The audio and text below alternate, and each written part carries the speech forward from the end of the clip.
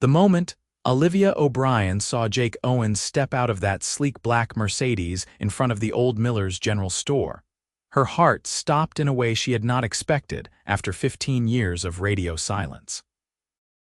She had been restocking the produce section of her family's small grocery store when her younger sister Emma came running in, breathless and wide-eyed. "You will not believe who just pulled up downtown," Emma had said, practically bouncing on her toes. Olivia had barely looked up from arranging the apples, assuming it was just another piece of small-town gossip. But then Emma grabbed her wrist and dragged her to the front window, and there he was, Jake Owens, her childhood best friend. The boy who had left Riverside at 18 with nothing but a backpack and a dream of making something of himself. The boy who had promised to write, to call, to come back. The boy who had done none of those things. Now he stood on Main Street looking like he had stepped out of a business magazine, all tailored navy suit and confident posture. His dark hair was shorter than she remembered, styled professionally instead of the messy waves he used to sport. Even from across the street, she could see he had filled out, his shoulders broader, his jaw more defined. He was 28 now, just like her, but he looked like he had lived a completely different life. "That's Jake Owens, right?" Emma whispered, though they were alone in the store. "Holy cow, Liv, what happened to him?" Olivia's throat felt tight. "I have no idea." She watched as Jake looked around the street, his expression unreadable. He said something to the driver before the Mercedes pulled away, leaving him standing there with a leather duffel bag slung over his shoulder. For a moment, he just stood there, taking in the town that had barely changed since he left. Then his eyes swept across the storefronts, and Olivia jerked back from the window before he could spot her. "Why are you hiding?" Emma asked, confused. "I'm not hiding," Olivia lied, her heart hammering. I have work to do." But she could not stop thinking about him as she mechanically continued her tasks.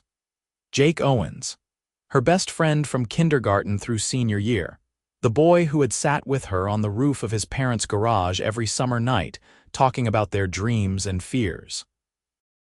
The boy who had held her hand at her grandmother's funeral when they were 16. The boy who had kissed her, just once, the night before he left town.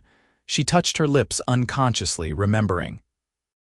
They had been on that same garage roof, looking at the stars like they had done 1,000 times before. He had been talking about his plans, about how he was going to work his way through community college in the city, how he was going to make something of himself and come back for her.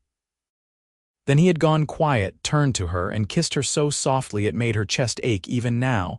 "I'll come back for you, Liv," he had whispered against her mouth. "I promise." But he never did. The calls stopped after 6 months, the letters dried up after a year. And Olivia learned to stop checking the mailbox with hope in her heart. She had built a life here without him. After her father's heart attack 3 years ago, she had taken over managing the family store. It was not glamorous, but it was stable, and it let her take care of her parents and help Emma through college.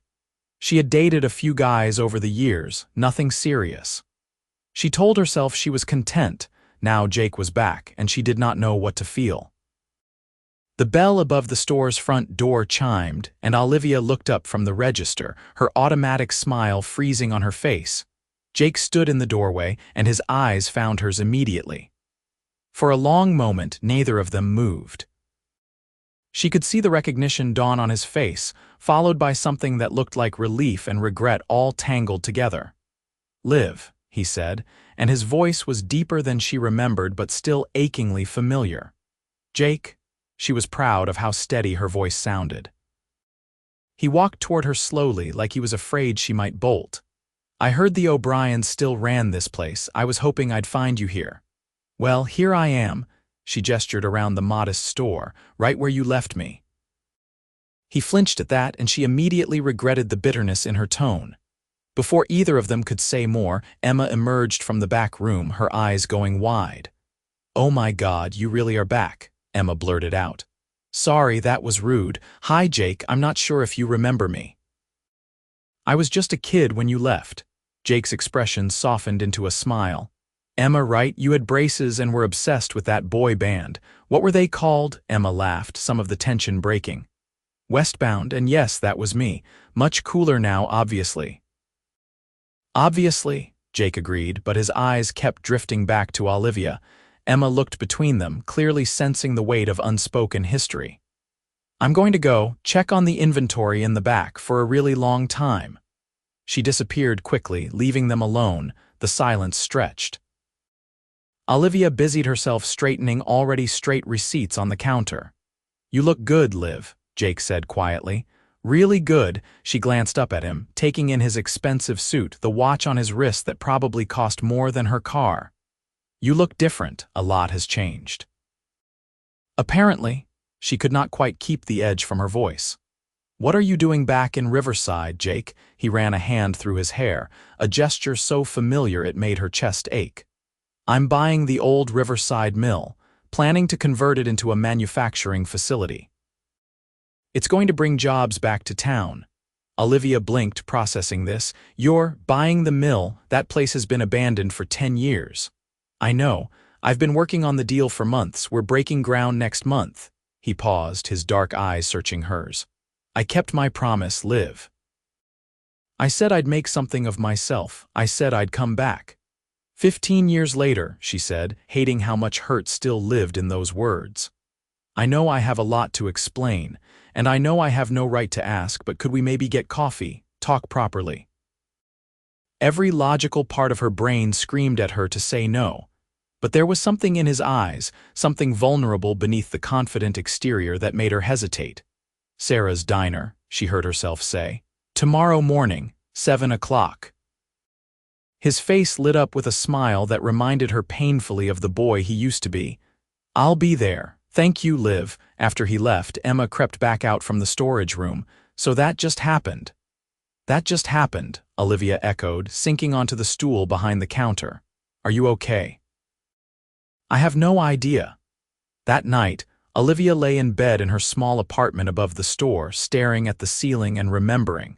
She had been so angry at Jake for so long.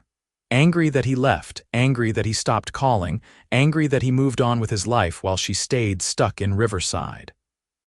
But seeing him today, seeing the way he looked at her, stirred up feelings she thought she had buried years ago. She almost did not go to the diner the next morning. But at 6:55, she found herself walking into Sarah's, the scent of coffee and bacon greeting her like an old friend. Jake was already there, sitting in a booth by the window. He had traded the suit for jeans and a dark blue Henley that made his eyes look even more intense. He stood when he saw her, and that small gesture of courtesy made something in her chest flutter. You came, he said, relief evident in his voice. I said I would. She slid into the booth across from him. Sarah herself came over, her eyes bright with curiosity. Well, Jake Owens, heard you were back in town. What can I get you to? They ordered, and once Sarah left, an awkward silence descended. Jake wrapped his hands around his coffee mug, staring into it like it held answers. I'm sorry, he said finally, looking up at her. I know that's not enough, but I need to say it. I'm sorry I stopped calling. I'm sorry I disappeared. Why did you? The question came out quieter than she intended. He took a deep breath. Because I was an idiot, because I was drowning, Liv. I got to the city and everything was harder than I imagined. I was working 3 jobs just to pay for one community college class at a time. I was living in this awful apartment with 4 other guys. I was exhausted all the time and I felt like such a failure. He paused, his jaw tightening. I told you I was going to make something of myself, that I'd come back for you when I did. But months kept passing and I was barely surviving. How could I call you and admit that? How could I come back to you with nothing? Olivia felt her anger softening despite herself. You could have just told me the truth, Jake. I would have understood. I know that now, but I was 20 years old and stupid and proud. I thought I needed to be this successful person before I deserved you. He reached across the table, stopping just short of touching her hand. So I put my head down and worked. I invented a new type of industrial component in that crappy apartment at 2 in the morning.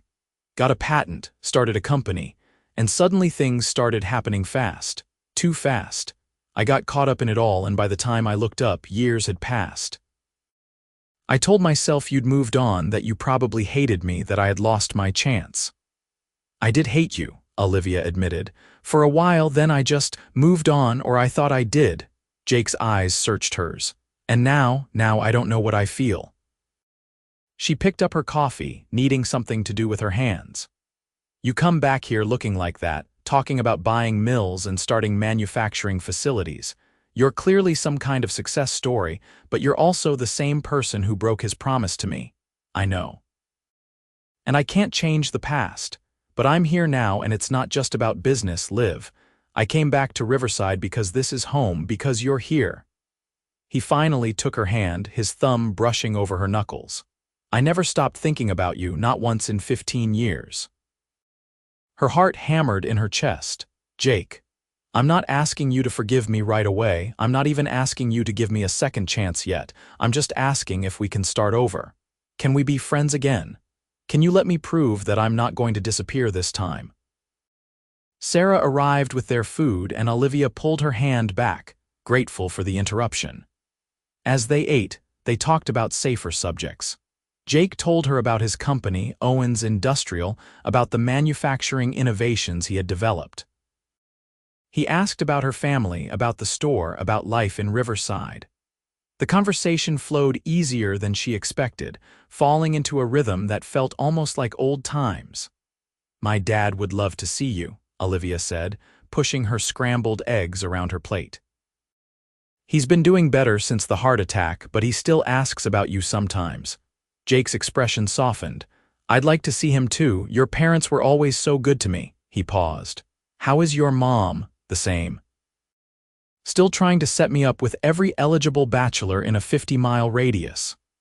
Olivia rolled her eyes affectionately, and has she succeeded? Would it matter if she had? Their eyes met, and the air between them felt charged. Yes, Jake said simply. It would matter a lot. Olivia's pulse quickened, but before she could respond, her phone buzzed. She glanced at it and sighed. That's Emma. We have a delivery coming in. I need to go. Jake stood when she did.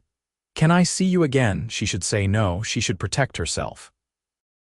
But looking at him, at the hope and uncertainty in his eyes, she found herself nodding.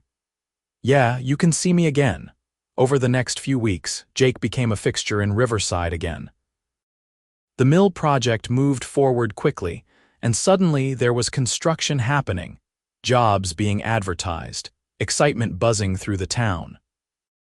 Jake seemed to be everywhere, meeting with contractors, talking to potential employees, even helping out at the town council meetings about infrastructure improvements. And whenever he had free time, he found his way to Olivia. It started casually. He would stop by the store for coffee, staying to chat while she worked. They fell into an easy pattern, and Olivia found herself looking forward to his visits more than she wanted to admit. He helped her unload deliveries, fixed a broken shelf in the back, and charmed every customer who came through the door. He's got it bad, Emma observed one afternoon after Jake left, and so do you. I do not, Olivia protested weakly. Liv, you've been smiling at your phone for 10 minutes. Let me guess, Jake texted you. Olivia looked down at her phone where a message from Jake sat on the screen. Dinner tomorrow. There's something I want to show you. Maybe, she admitted. Emma grinned. I knew it. You're falling for him again. I never fell out of love with him, Olivia said quietly, the admission surprising even herself. I just learned to live with the hurt. Emma's expression turned serious. Are you sure about this? I don't want to see you get hurt again. I'm not sure about anything, Olivia said honestly. But I think I need to give this a chance. Give him a chance. The next evening, Jake picked her up in a much more modest truck than the Mercedes he had arrived in. He was dressed in jeans and a leather jacket, looking more like the boy she remembered and less like the millionaire businessman he had become. Where are we going? Olivia asked as he drove past all the usual restaurants in town. You'll see. He drove them to the edge of town, to the old Miller property. The same place where they used to sneak onto the barn roof and watch the stars. Her breath caught as he parked the truck. Jake, come on. He came around and opened her door, taking her hand to help her out. They climbed up to the roof like they had done 100 times as teenagers. Someone had left blankets up there, along with a picnic basket and battery-powered lanterns that cast a soft glow. "You did all this?" Olivia asked, her throat tight with emotion. "I wanted to bring us back to where it started." He spread out the blankets and gestured for her to sit. "I know I can't change the past, Liv, but I want to create new memories, better ones." They sat side by side, close enough that their shoulders touched. Jake opened the picnic basket, revealing all of Olivia's favorite foods. They ate and talked and laughed, and it felt like coming home in a way that had nothing to do with geography. "Tell me about your company," Olivia said eventually. "Tell me how you really got here." So Jake told her the full story, about the lonely years, the failed prototypes, the breakthrough that changed everything. "I got lucky," he said. "The right person saw my design at the right time. Suddenly I had investors, then customers, then more money than I knew what to do with. I built Owens Industrial into something real, something that could make a difference. Why come back to Riverside? You could have built your facility anywhere." "Because I wanted to come home. Because this town gave me everything and I wanted to give something back." He turned to face her fully, his eyes intense in the lantern light. "And because I needed to find out if the girl I never stopped loving could forgive me." Olivia's heart thundered in her chest. "Jake, I love you, Liv. I've loved you since we were kids. I loved you when I left, even though I was too young and stupid to know how to hold on to you. I loved you while I was building my company when I should have been calling you every single day. And I love you now, sitting here with you, hoping I haven't completely destroyed my chance." Tears pricked at Olivia's eyes. "You really hurt me, I know, and I will spend the rest of my life making it up to you if you'll let me." She looked at him, really looked at him. Beneath the success and the confidence, she could still see the boy who used to bring her wildflowers and make her laugh until her stomach hurt. The boy who had been her best friend, her first kiss, her first love. "I love you too," she whispered. "I think I always have." Jake's face transformed, joy and relief flooding his expression. He cupped her face in his hands, his thumb brushing away a tear that had escaped. "Can I kiss you?" Instead of answering, Olivia closed the distance between them. The kiss was soft at first, tentative, like they were both afraid of breaking the moment. Then Jake's hand slid into her hair and Olivia pressed closer, and suddenly it was like 15 years melted away and they were teenagers again, full of hope and dreams and endless possibilities. When they finally pulled apart, both breathing hard, Jake rested his forehead against hers. "I'm not going anywhere this time," he promised. "You're stuck with me." "Good," Olivia said, smiling through her tears, "because I'm not letting you go again." They stayed on that roof until the early hours of morning, wrapped in blankets and each other, talking about everything and nothing. Jake told her his dreams for the facility, about how he wanted to revolutionize small-town manufacturing. Olivia told him about her own dreams, the ones she had put on hold to take care of her family. "I always wanted to expand the store," she admitted. "Make it into a real community hub. Add a cafe section, maybe host local farmers for a weekly market. But it takes money and time, and I've barely had either." "We could do it together," Jake said. "I could invest in it, or better yet, you could use the profits from your share of the mill." Olivia pulled back to look at him. "What?" "I'm setting up a profit-sharing system for local investors. I want people in this town to benefit directly from the mill's success. You could buy in, Liv, build your dreams right alongside mine." "Jake, that's smart business," he interrupted with a grin. "You've got the best location in town and the trust of every person here. Plus, you're brilliant and hardworking, and I'd be lucky to have you as a partner." "Partner," Olivia repeated, liking the sound of that word. "In every way, if you'll have me." They kissed again, and Olivia felt hope bloom in her chest like spring flowers after a long winter. The next few months were a whirlwind. The mill renovation moved forward, and true to his word, Jake stayed. He rented a house in town, showed up for community events, and slowly won over even the most skeptical residents. He and Olivia became a fixture together, and the town watched their rekindled romance with approval and more than a little gossip. Olivia's parents welcomed Jake back with open arms. Her father actually cried when Jake showed up for dinner that first time, pulling the younger man into a tight hug. "I always knew you'd come back," her father said gruffly, "and I always knew you'd find your way back to our girl." The store expansion began, funded partially by Olivia's investment in the mill and partially by a loan that Jake helped her secure. They worked on the plans together, staying up late at her apartment, surrounded by sketches and coffee cups. Those nights were Olivia's favorite when it was just the two of them planning their future. What if we added a bookshelf section?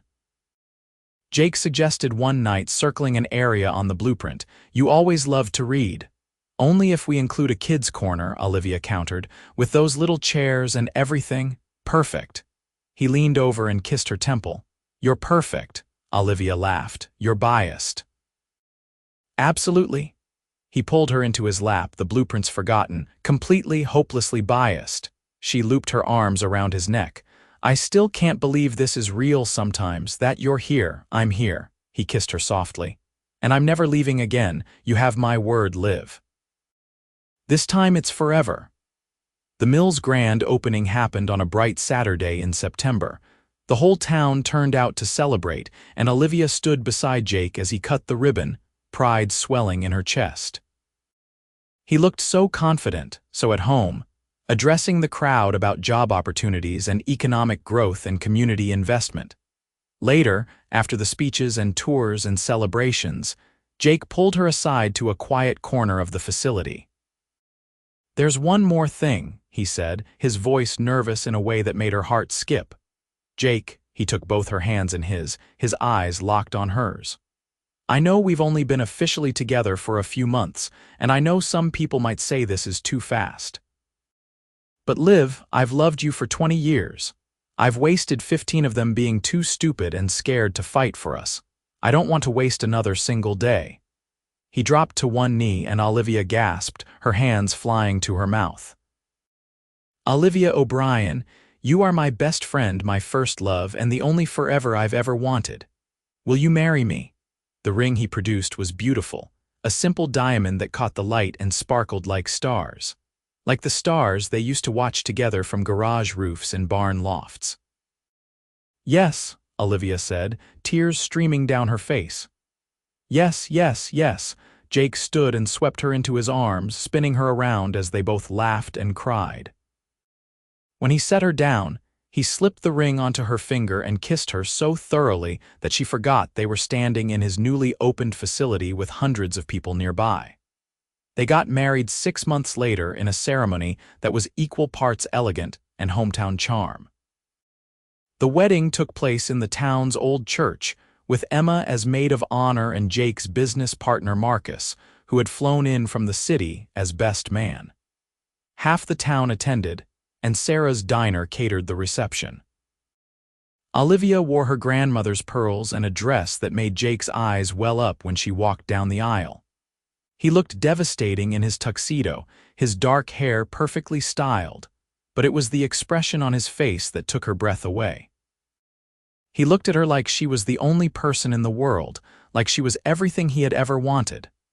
"I, Jake, take you, Olivia, to be my lawfully wedded wife," he said, his voice thick with emotion. "I promise to love you every day in every way.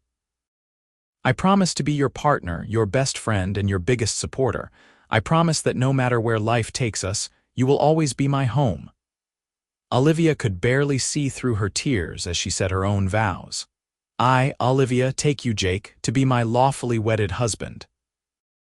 I promise to build our dreams together, side by side. I promise to forgive you for being human because I love you anyway. I promise that our love story is only beginning and the best is yet to come." When the minister pronounced them husband and wife, Jake kissed her to thunderous applause. It felt like a new chapter, like everything before had been leading to this perfect moment. Their first year of marriage was busy and wonderful. The store expansion was a massive success, with the cafe and farmers market becoming popular weekend destinations. The mill provided jobs for over 200 local residents, and the town's economy began to thrive. Jake and Olivia moved into a beautiful house on the edge of town, with a garage that had a roof perfect for stargazing. They spent their evenings up there, just like they used to, talking about their day and their dreams and their future. Jake was already planning a second facility, and Olivia was considering opening a second store location in the neighboring town. "We make a pretty good team," Jake said one night, lying beside her with his hand clasped in hers. "The best team," Olivia agreed, turning her head to look at him. "Did you ever imagine this when we were kids?" "I imagined you," he said simply. "Everything else is better than I could have dreamed, but you're exactly what I always wanted." On their first anniversary, Olivia gave Jake a gift that made him cry. It was a framed photograph of them as children, sitting on his parents' garage roof, both of them laughing at something outside the frame. Below it, she had written, "We always knew the way home." "I love you," Jake said, pulling her close. "Thank you for giving me another chance. Thank you for being patient with me. Thank you for being my forever. Thank you for coming back," Olivia whispered against his chest. "Thank you for keeping your promise even if it took you a while." 2 years after their wedding, on another starlit night on their garage roof, Jake placed a hand on Olivia's still flat stomach, his eyes full of wonder. "A baby," he said, his voice awed. "We're having a baby." "We're having a baby," Olivia confirmed, her smile so wide it hurt. Jake kissed her, long and slow and full of promise. "Our kid is going to have everything. 2 parents who love each other, a whole town that cares, roots and wings and endless possibilities. And parents who know that sometimes the best love stories take time to find their way," Olivia added. Their daughter was born on a spring morning with Jake's eyes and Olivia's smile. They named her Grace, after the second chances they had been given. Jake held her for hours that first day, looking between his daughter and his wife with an expression of complete wonder. "I have everything," he said softly, "everything I ever wanted and more than I deserved." "You deserve this," Olivia told him firmly. "You worked hard, you came back, and you loved me enough to fight for us. We deserve this happiness." As Grace grew, Riverside thrived. The mills expanded to 3 facilities, employing over 500 people. The O'Brien Community Market, as the store was now called, became a regional destination. Jake and Olivia became pillars of the community, always willing to invest in new businesses, support local families, and give back to the town that had shaped them both. On Grace's 5th birthday, they threw a party in the same backyard where Jake used to play as a child. As Olivia watched her husband push their daughter on the swing, both of them laughing, she felt overwhelmed with gratitude. Emma, now a teacher at the local elementary school, came to stand beside her.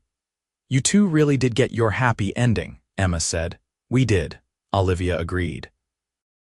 "It wasn't the timeline I expected, and there were years when I thought it would never happen.